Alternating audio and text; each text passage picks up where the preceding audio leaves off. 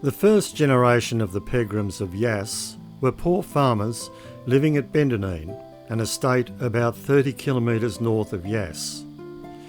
In telling their story, this account focuses particularly on two remarkable women from that family, my maternal great-grandmother, Rebecca Pegrem, and her stepmother, Sarah Shea.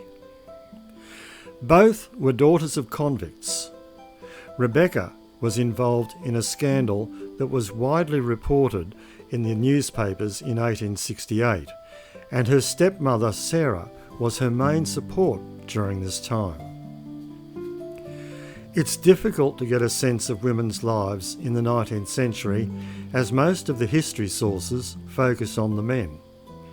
Nevertheless, it is possible to make some inferences about women's characters and feelings from the limited available documentary evidence. The fact that most women married so young and had so many children, some of whom died very young, allows us to imagine the conditions of their lives.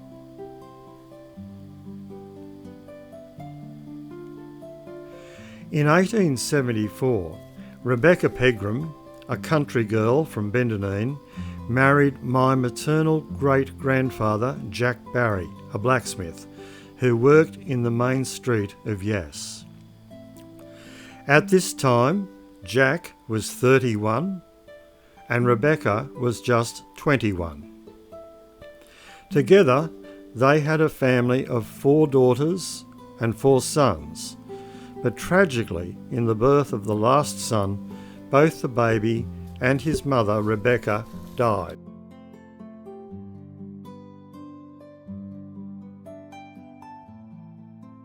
In its account of Rebecca's funeral, the Yass Courier stated, "Very general regret is expressed throughout the town and district at the death of Mrs. Barry, wife of Mr. John Barry, blacksmith of Yass, which took place at her residence, Coomer Street, at 2:30 a.m. on New Year's morning. The deceased, who was only 37 years of age, was respected by all who knew her. She has left a family of 5 children, the youngest being 2 years of age. The funeral, which took place on Friday afternoon, was one of the longest ever seen in the town." 13 years earlier, Rebecca had been the central figure in a scandal that was reported widely throughout New South Wales, though the scandal may have been largely forgotten by the time of her death. Before the details of this scandal are outlined, it is necessary to review the lives of Rebecca's parents, David and Mary Ann Pegrem, as well as that of Rebecca's stepmother, Sarah. David Pegrem had been born in 1816 in a small market town north of London. At the age of 21, he was convicted of receiving stolen goods and was sentenced to 7 years' imprisonment. For the first 6 months, he was imprisoned in a hulk. Later that year, he was transported to Sydney, arriving in 1838. In the ship records, David is described as being 5 foot 3.5 inches tall, ruddy and freckled, with brown hair and brown eyes, and as being a Protestant and being able to read.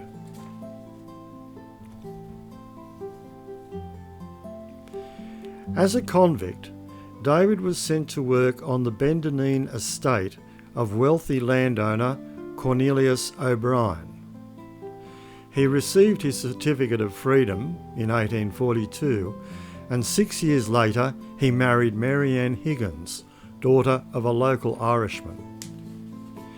Mary Ann was just 17 when she married the 32-year-old David, and together they had 5 children, one of whom was Rebecca, my great-grandmother.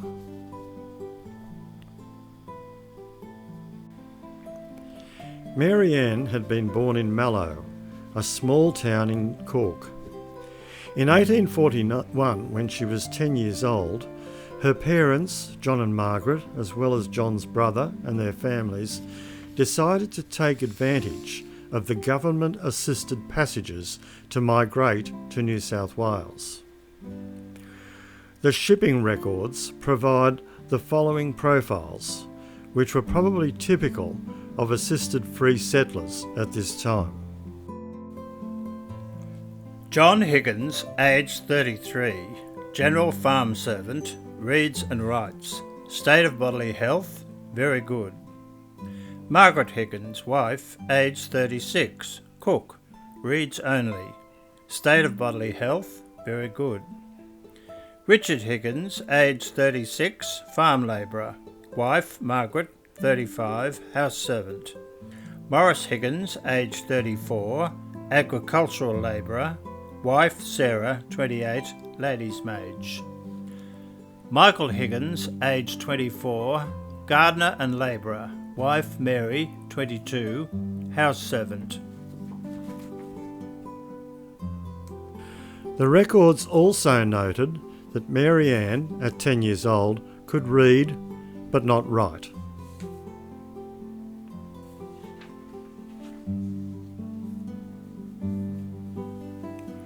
Upon arriving in Sydney, John Higgins and his family travelled to Yass, like many Irish families, settling at Tangmangaroo, just next to the Bendeneen estate.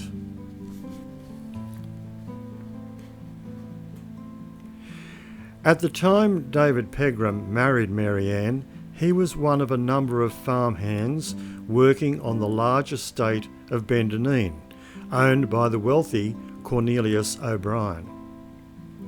O'Brien was a pastoralist and a squatter, as well as local magistrate for the area.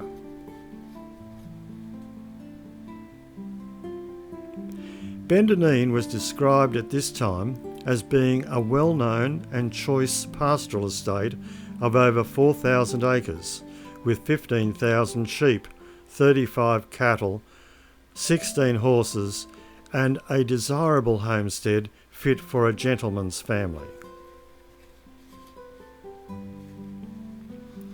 In 1857, when Mary Ann was still only 26, she died of heart disease, leaving her husband David with a young family ranging in age from 8 years old to a 3-month-old baby.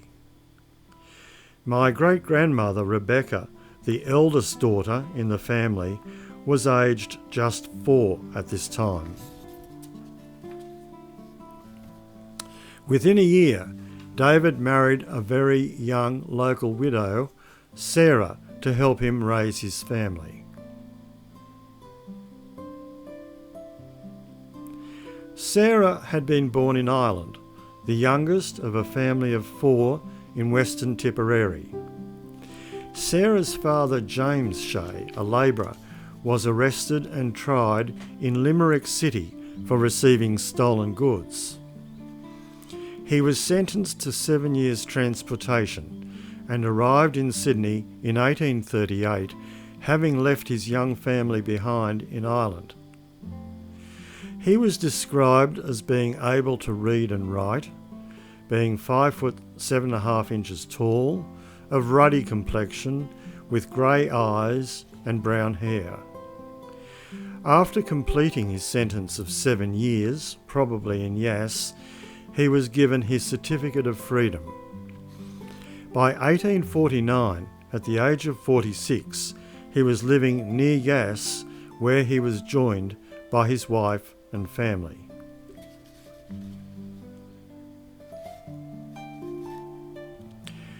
After James Shea had been transported to New South Wales in 1838, life would have been much harder for his wife Honora and her young family. Honora had been left behind in rural Tipperary with 4 children aged between 9 and 2, the youngest of these being Sarah. Within a decade, the Irish famine was at its worst. Tipperary was one of the counties most badly affected by the famine. Almost 70,000 people died in that county between 1845 and 1850. The rural population declined by 2/3 in that period, and the town population by nearly 1/2.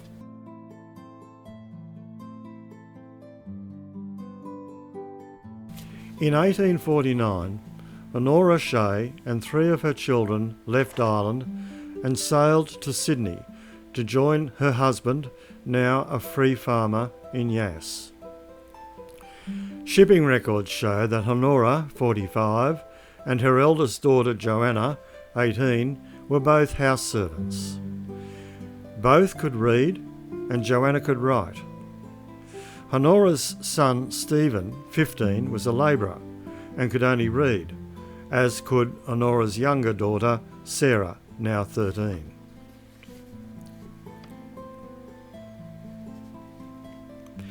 The family moved on from Sydney to Yass, where Honora's husband James had made a family home at Tangmangaroo, 30 kilometres north of Yass.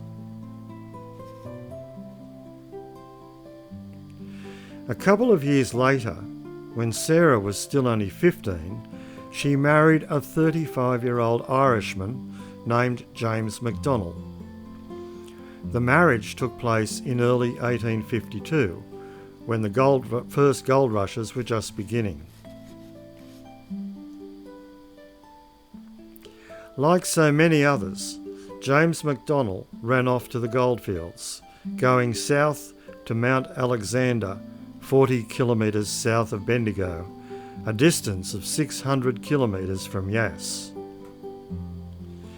The gold rushes at Mount Alexander, today the town of Castlemaine, occurred in 1851 to 1852, when tens of thousands of people streamed to Mount Alexander, known as the Mount or the Diggings. It would have been a wild and lawless place, and within the year, James was dead, his death being recorded in December 1852.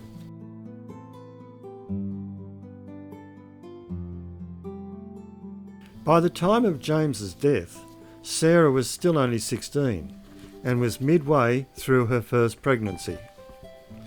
Her son, also named James, was born 5 months later in May 1853.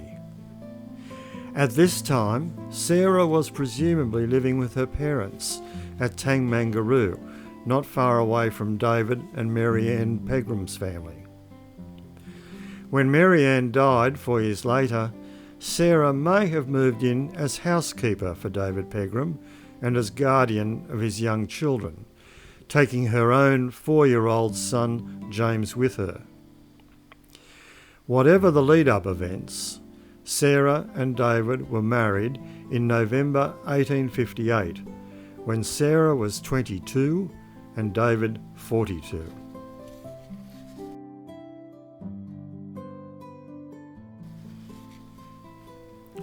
When David and Sarah married, they already had a combined family of 6 children.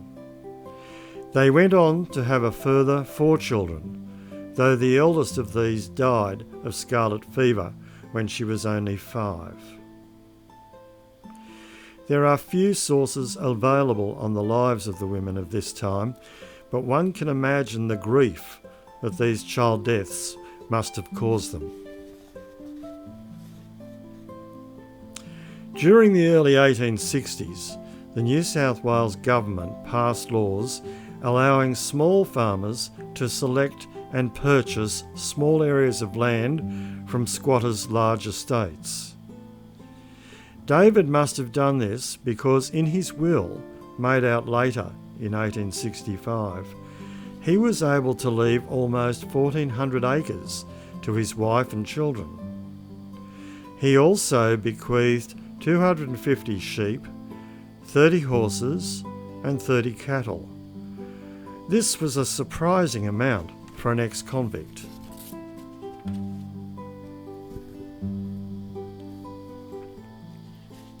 David was also involved in planting new crops. In 1863, the Sydney Morning Herald had reported an extract from the Yass Courier stating that David Pegrem and a colleague, Mr Goulburn, had managed to produce a crop of cotton at Bendeneen.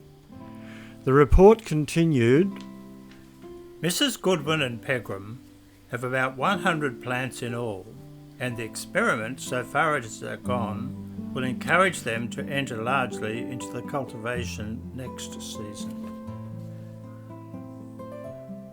Despite his apparent success, David appears to have suffered from depression, and over the next decade he went into a major decline. During this time, his family suffered a very public scandal.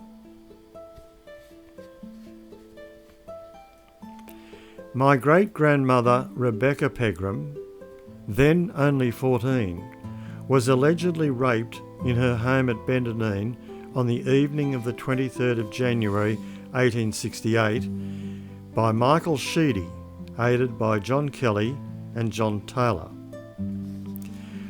The event was reported by the Mass Courier as follows. Outrage of a young girl. 3 youths, Michael Sheedy, 16, Thomas Taylor, 20, and John Kelly, 16, were brought into town on Sunday last by Mr Sub-Inspector Brennan and Mounted Constable Cade. They charged Sheedy with having committed a rape on Rebecca Pegrem, aged 14 years, and Taylor and Kelly with having aided and abetted the felony. The offence, as alleged, took place on the 30th of January. The father of the girl has been bedridden for several years, and at the time of the commission of the alleged crime, her stepmother was absent from home. On her return, some neighbours told her of what had occurred, and on Saturday last she brought the girl to Dr O'Connor at Yass. From something that then took place, Mr Brennan was apprised of the affair and took immediate steps to arrest the prisoners.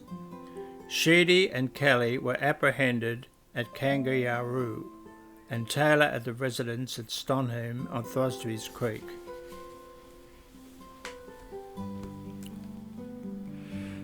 The offence was alleged to have taken place at the Pegrem residence when Sarah, Rebecca's stepmother, still only 32, with a family of 9 to look after, was away for a couple of nights.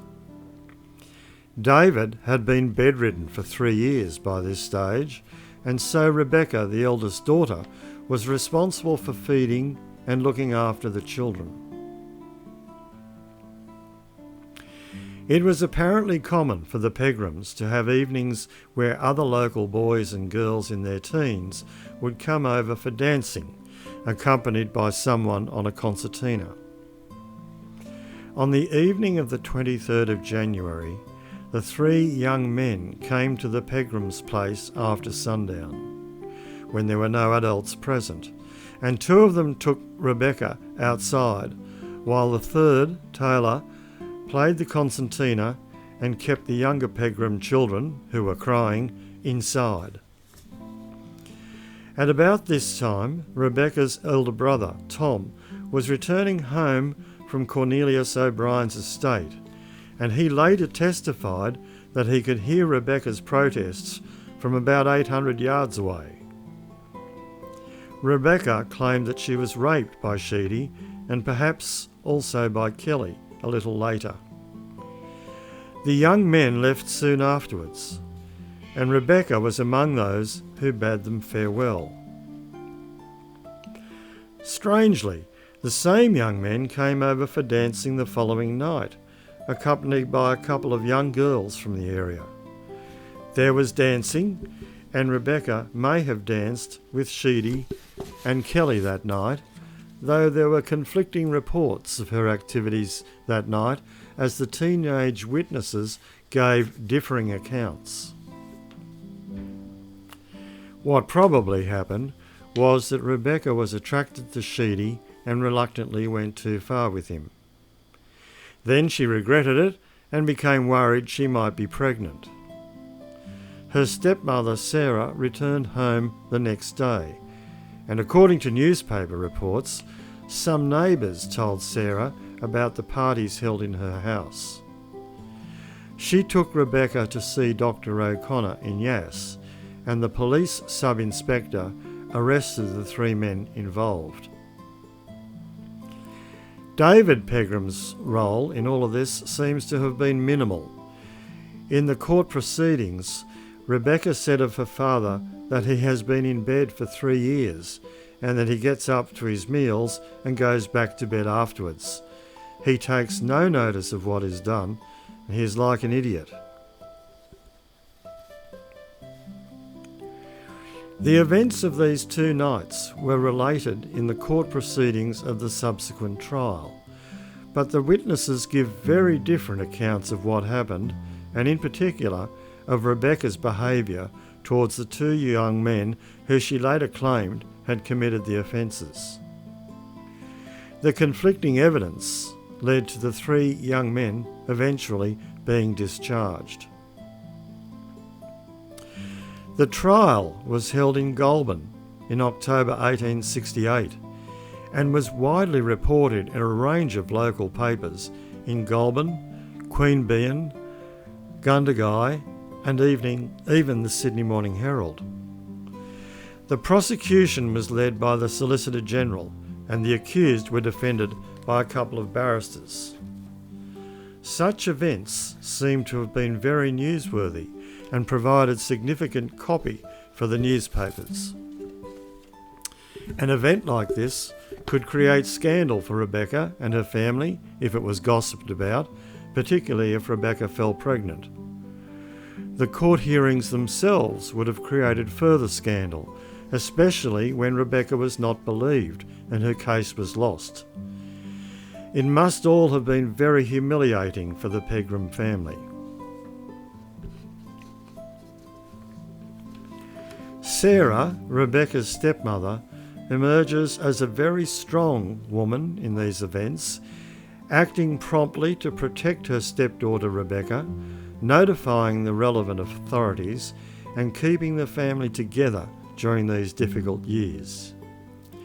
She also had to cope with the consequences of her husband David being in physical and mental decline.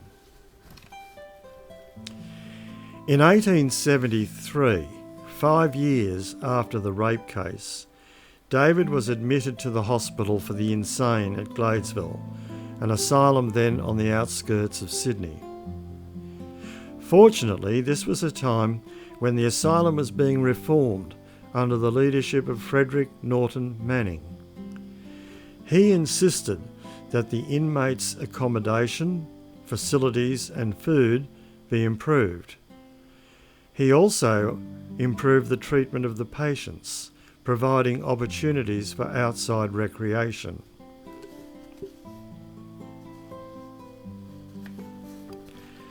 So David's final years may not have been as bleak as those suffered by earlier inmates of the asylum. In 1875, 2 years after his admission, David died.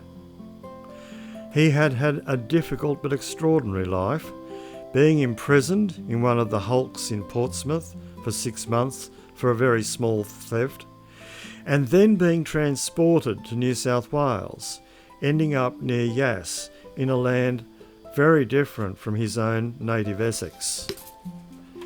He had had 9 children with 2 young wives over a period of 15 years, and apart from his final years, he seems to have worked hard as a small farmer to provide for them, leaving a substantial estate for his wife and children.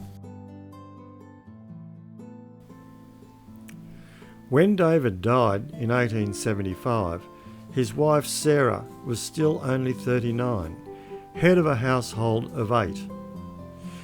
My grandmother Rebecca had already married the year before, and the older members of the family were in their 20s and were all to marry in the next few years. There were 3 younger ones still in their teens at home. The members of the Pegrem family were representative of many poorer rural families of this time. Most of the Pegrems became farmers or married to farmers. These farmers either remained in the local area or moved to other towns in the central west, such as Wyalong, Temora, Young and Narromine.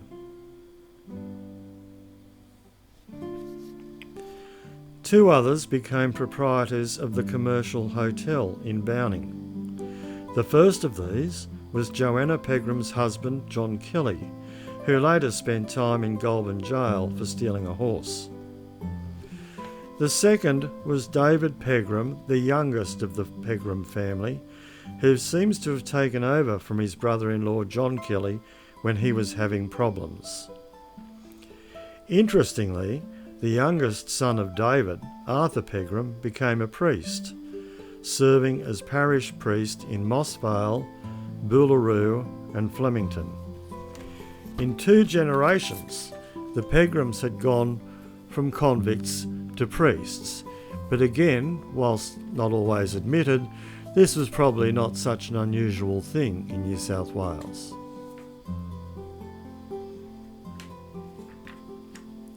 Returning to Rebecca Pegrem, in 1874, aged 21, she married Jack Barry, aged 31, at St Augustine's Catholic Church, Yass. In the church records, Rebecca was listed as a servant and Jack as a wheelwright. Jack was, in fact, the blacksmith in the main street of Yass, having taken over from his family father, James Barry, who had died the previous year. Both Jack and Rebecca were the children of convicts, but this would have been kept very quiet. In the case of Jack's convict father James, a story had been invented and put about that James had come to Yass after spending about 30 years as a pioneer blacksmith at the crossroads near Liverpool. Such inventions were not uncommon at this time.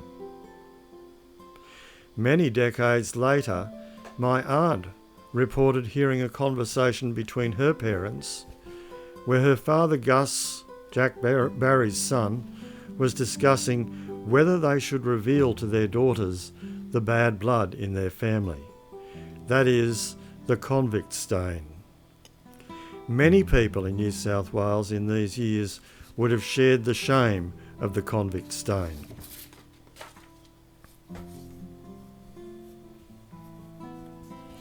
Rebecca and Jack Barry went on to have a family of 8 children, though a pair of girl twins died within hours of being born.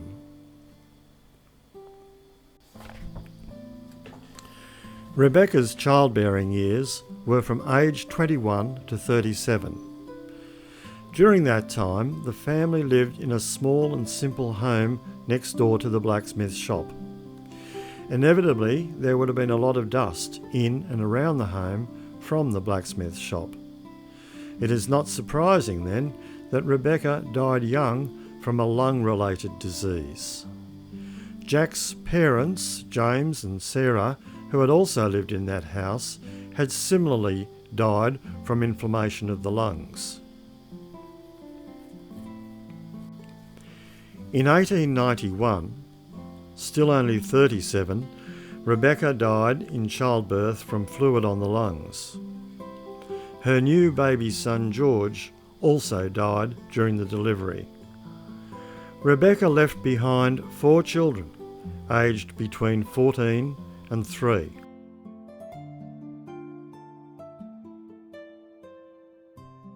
Rebecca's life and death exemplify how hard life was for women at this time. Most families, especially the poorer ones, were causing constant strain on their mother's physical health. Few families escape the sadness of having children die young, especially in their infancy, causing enormous grief for their parents. Jack did not remarry after Rebecca's death, By this time he was 47, and presumably it was left to the two elder daughters, Mary and Sadie, both in their teens, to look after the two younger boys. Jack must have found it extremely difficult to cope after this, as in 3 years' time, according to the Yass Courier, he was served with a bankruptcy notice.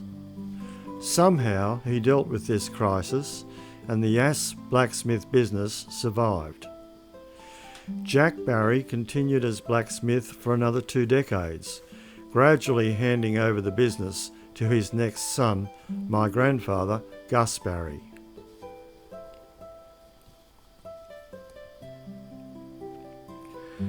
Jack Barry's eldest son, David, had died tragically in 1906, aged only 31.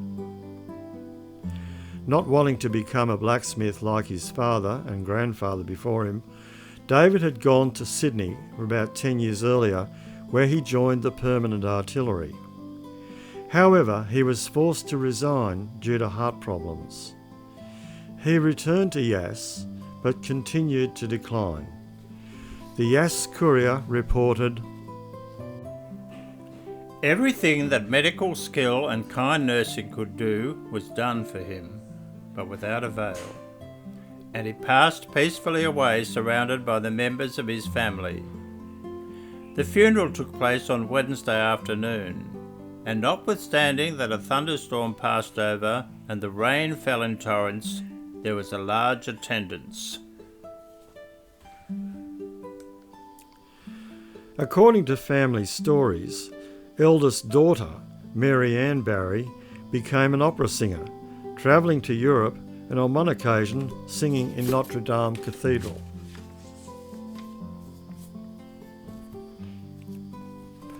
Younger brother Joe served in World War I before returning to Yass to run the first taxi service there. He later moved to Western Australia.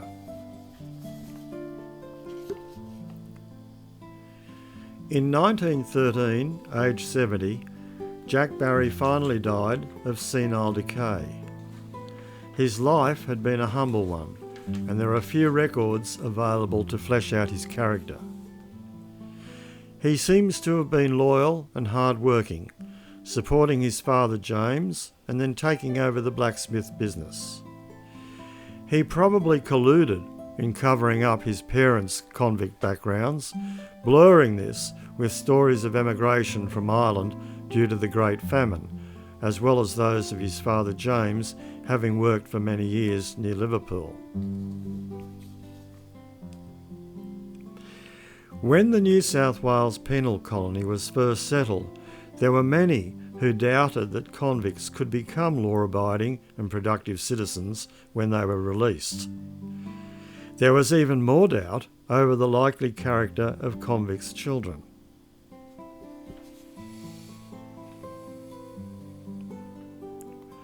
The lives of Rebecca and Jack Barry, as well as that of Sarah, Rebecca's stepmother, show how the children of convicts became respectable and hard-working citizens, as did their former convict parents, James and Sarah Barry and David Pegrem. Rebecca exemplifies this respectability in the relevant parts of her obituary. Very general regret is expressed throughout the town and district at the death of Mrs. Barry, wife of Mr. John Barry, blacksmith of Yass, which took place at her residence, Cooma Street, at 2:30 a.m. on New Year's morning. The deceased, who was only 37 years of age, was respected by all who knew her. She has left a family of 5 children, the youngest being 2 years of age. The funeral, which took place on Friday afternoon, was one of the longest ever seen in the town.